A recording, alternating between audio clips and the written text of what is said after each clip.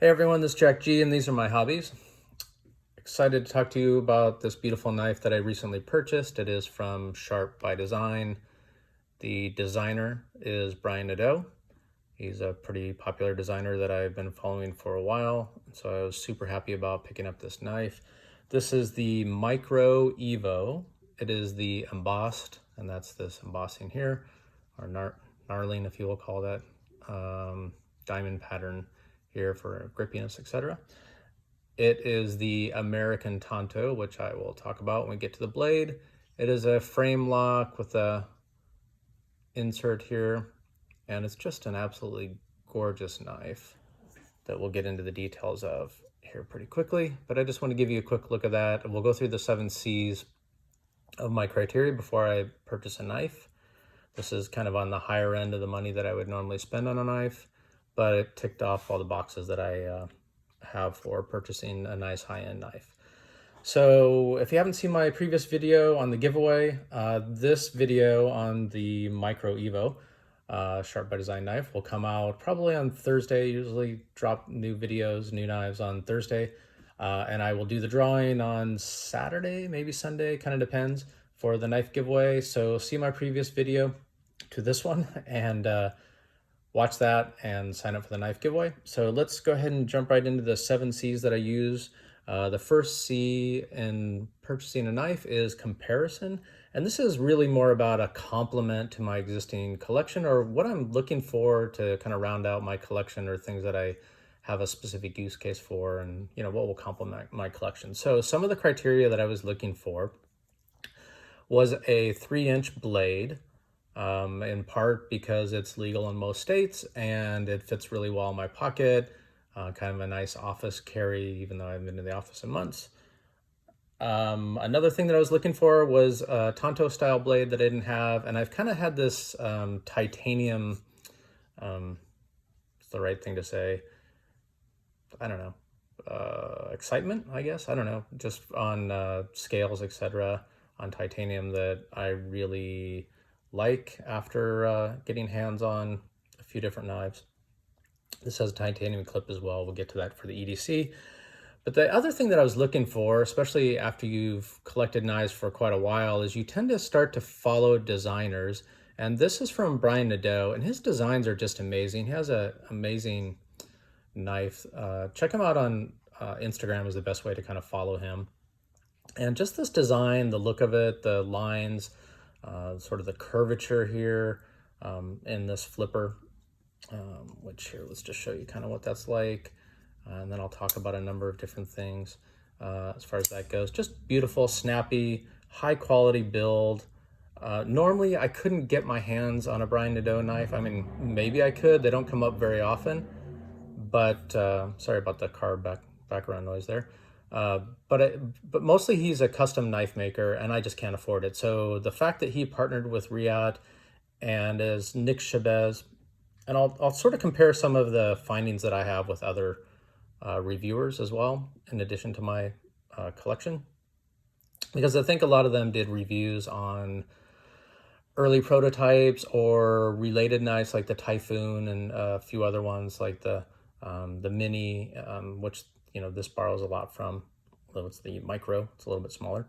But Nick Chabez called out a couple things that I kind of want to speak to as well in kind of comparisons. For instance, one thing that he talked about, and I'm kind of going a little far afield here on my comparisons, was that on one of the knives he had, that he could feel the knife blade in through here if he really pressed. I can't feel it at all. So this one that I purchased recently, as opposed to some early prototypes, does not have that issue. I believe it was, I can't remember which reviewer talked about, was probably Knife Bro. I'll leave a link to his site. He's super hilarious guy. Talked about some changes from the prototype, that this knurling, or this embossed diamond pattern here, you can kind of hear, is not underneath the pocket clip, so it's not going to shred your pocket as compared to the prototype that this one doesn't have. So I was super excited about that. Another comparison to the Wii knife is that I really like this lock relief. I don't know if you can see that in this angle.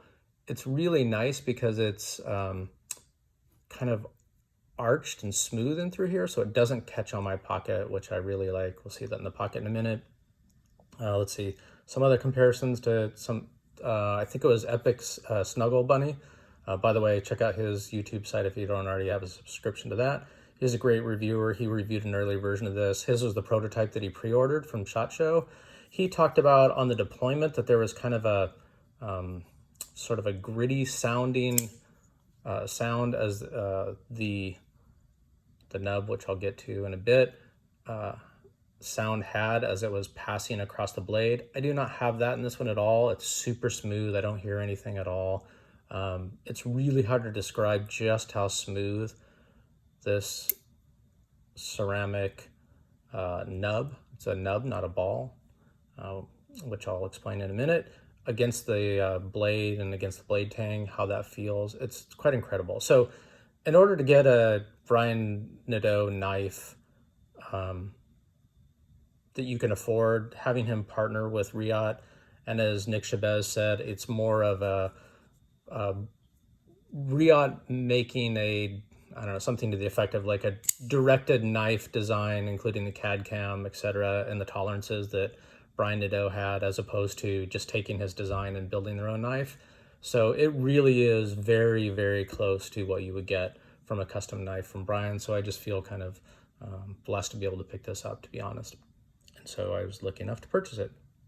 So the quality construction I was looking for as well, compared to some of the budget knives that I've recently purchased. If you see my previous videos on that, the quality of the construction on this is amazing. The tolerances are quite good. I don't even know if you can see the seam where these two sort of slabs of titanium meet. And I love the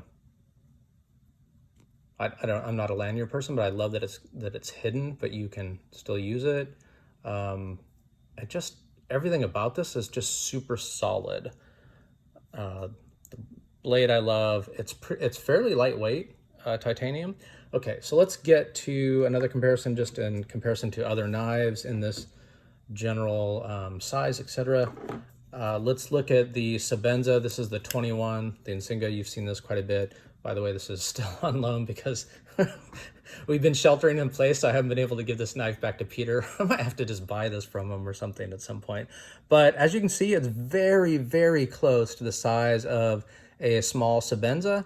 And also the next C on cost, it is pretty darn close to the cost of a small Sebenza, either 21 or 31 plain. This is not the plain, obviously, but knife blade length, extremely close to the Sebenza. Handle length, I actually find in hand, just as far as comparisons, I have medium-sized glove hands. I love the feel of the Sebenza as well. It's a little straight, right? Not much of an arch, but you know, some nice chamfering here, which I like. But I have medium-sized glove hands, and you can kind of see the small Sebenza feels good in my hand, but a little small. See, there's not much on the end here, but it feels really, really good. And with the jimping up here, the Micro Evo by Sharp Design, it feels a little bit better in hand, honestly. And there's some nice jimping up here as well. Really nice jimping. I like this blade stock here. It's fairly thick. But you can see in my hand right there on this kind of grip, I have a little bit left over. So for a small knife, it is relatively small. It really feels good in hand. I really like it. Okay, so comparison size-wise, let's compare it to, say, probably like the mini grip. Another one of, you know, Mel Pardue designers that I really like. Pretty close in size to the mini grip as well, both in handle size and length of blade, almost exactly. So this is the type of knife that you're, you know, size-wise that you're talking about. We'll do the Ontario Rat 2 just because we always need to do that. A little bit longer in the blade length here, or sorry, the handle length. Blade length, pretty spot on to the same size. Obviously a slightly different type of knife blade. And I'll compare it, and I'm gonna hide this and give you a little teaser. In my next upcoming video, I'm gonna talk about a bunch of customizations that I've done to the Paramilitary 2. So I'm gonna try to hide the handle and the hardware. Hopefully you didn't get a peek. But just to show you that it's obviously a long handle, but just to sorry, I'm doing a terrible job trying to hide this. And blade length and such, it's pretty darn close to the PM2. You know, obviously thinner, but you're getting, you know, reasonable amount of blade in this beautiful knife. All right, let me hide this PM2, but check out my next video on the PM2. It's gonna be super cool. Okay, so that's kind of comparison. I talked a little bit about cost. This is about I think I paid $360 for this. They sold out immediately. I grabbed it right up. But again, with cost, you're talking about quality. The quality of the build on this knife is quite impressive. I mean, it is just really put together well. I'm super impressed with this knife. And in comparison to about the same cost for the small Sebenza, you know, that's a tough call. I was looking for a flipper. There's another thing to round out my collection, since I have a number of thumb stud opening knives. So, you know, there's that, obviously a little bit different. Let's get to the third C after cost is coolness. Is this cool? I mean, come on. This is so, so cool. I mean, the clip, titanium clip is just beautiful. Hopefully you can get a good view of that. I mean, they just did such a good job. It is very, very solid. Get to more on that in the carry. So coolness factor, yes. Customize, yes. So there are a few different flavors of this, both in terms of blade. There's a drop point and a few other blade styles. There are some, I think, carbon fiber, and I can't remember, maybe I want to say what other kind of scale types do they have with the titanium? I can't remember now. I'm drawing a blank for some reason. Anyway, I like just the plain carbon fiber. It's kind of funny, the more knives that I collect, the more I kind of come back towards more of a plain look, both in terms of gray and kind of low profile in the pocket. But as far as coolness, yeah. And as far as customization goes, yes, you can buy a few different versions of this. I don't know what else I would do to customize this, honestly. Maybe something with a titanium. Might do something with that. You know, maybe anodize that, since I've been into that lately. But I can't think of much I would do as far as that goes.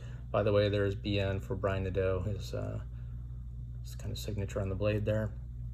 Okay, so customization, not a lot to do on this one, but yeah, you can get various flavors of it in different knife styles. They're hard to come by though, so if you see them typically on YouTube, excuse me, on Instagram, you want to purchase it right away.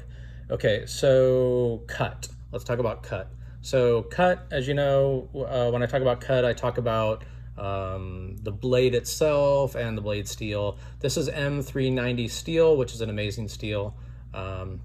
And as the knife bro guy says, nobody really complains about M390. By the way, he's a hilarious guy, and he did a great review on this early prototype, which I watched and I really like.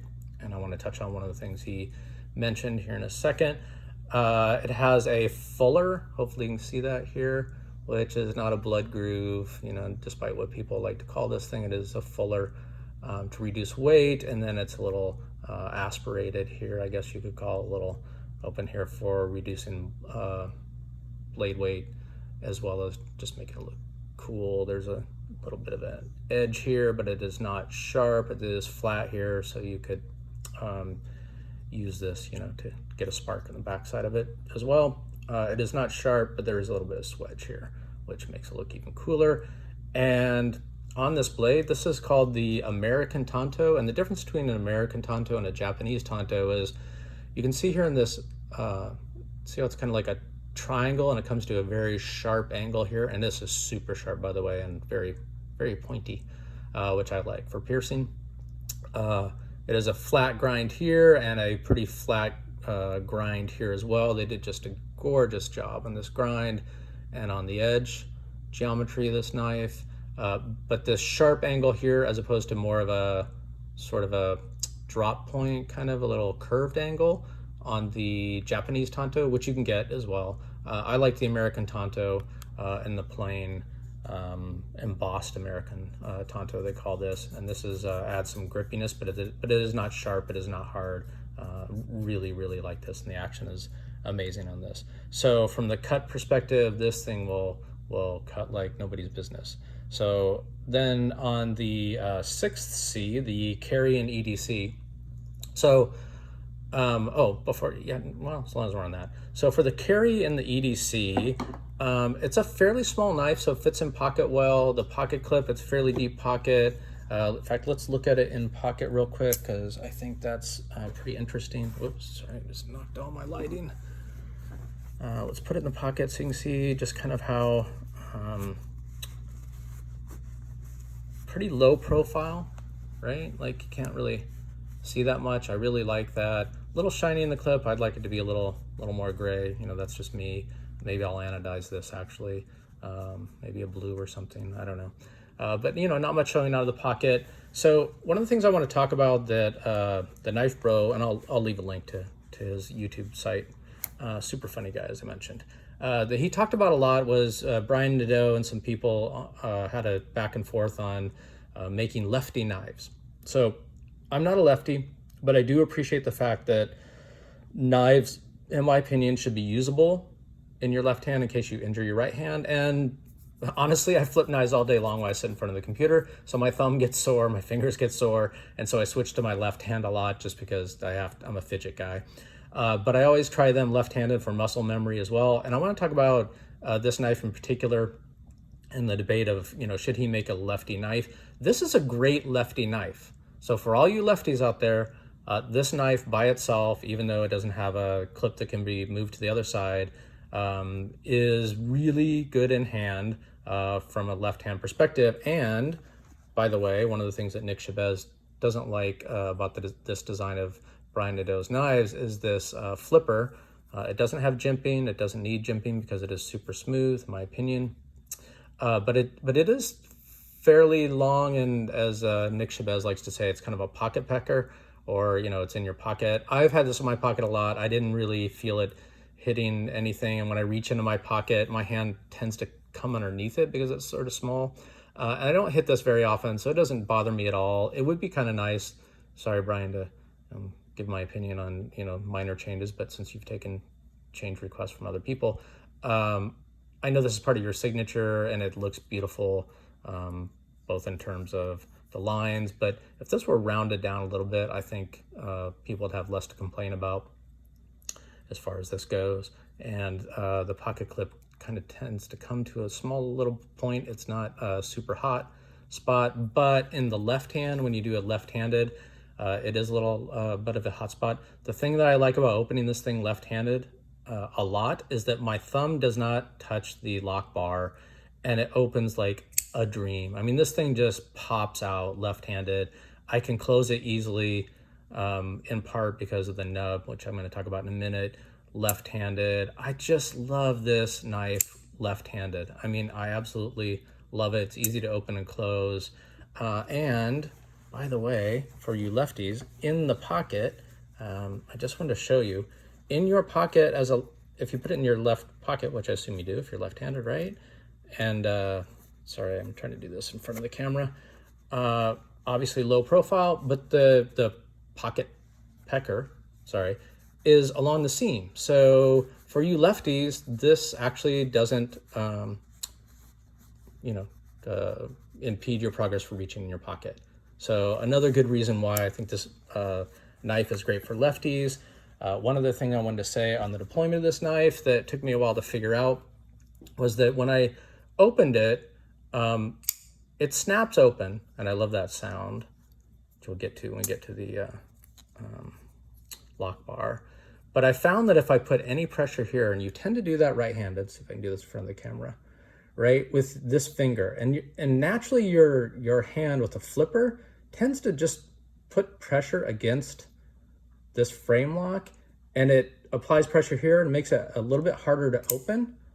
And as I open it all day long, I noticed that, but then I realized that if I kept this finger off the lock bar, and I tend to take this finger here, and I put it right in this groove, and that's fine. And this finger, I just kind of, point outward, and this thing just flies open. So if you're finding that opening this knife is hard with this flipper, it's not because the flipper, it tends to like a sort of a light switch, just boom, and it locks into place. Is that you're probably pushing on the lock bar, and any little bit of pressure on this lock bar I found tends to make it harder to open. And I'll explain why. So this frame lock has a lock insert, which I really like because it can be replaced. This is also an over travel stop as well. So it's sort of dual purpose. But inside here is much like the Sebenza, right? There's a ceramic lock ball here. And then this on the Sebenza, the tang rests against this titanium, as opposed to on the 31, the actual ball itself. Whereas this knife has this insert. It's like a hardened stainless steel. So it can be replaced, number one, and you can see it rests against the back of the blade tang. And instead of having a lock ball, what Brian Nadeau has done is, so a lock ball is kind of like, you know, round, obviously, and when it's in the detent, you know, and then it opens up, and then the ball kind of comes in the back of the blade tang first when it's a ball, and then either the frame, in this case, will then lock against the back of the blade tang, or a lock insert like this does next. And because Brian Nadeau's is it's sort of a ramp, and it's kind of a, I don't know, like a oval or maybe eggish shape like this, it tends to sit like this in the detent, and it's smoother when it comes out of the detent when you're deploying the knife. And I'm going to kind of show you this. And also, it's much smoother when it goes, the blade tang, when it's opening, comes across the ramping nub instead of the ball. And then the blade insert, the frame lock insert here, locks up almost immediately. And if you listen, you can only hear like one sound. Okay, ready? Did you hear that? Do it again.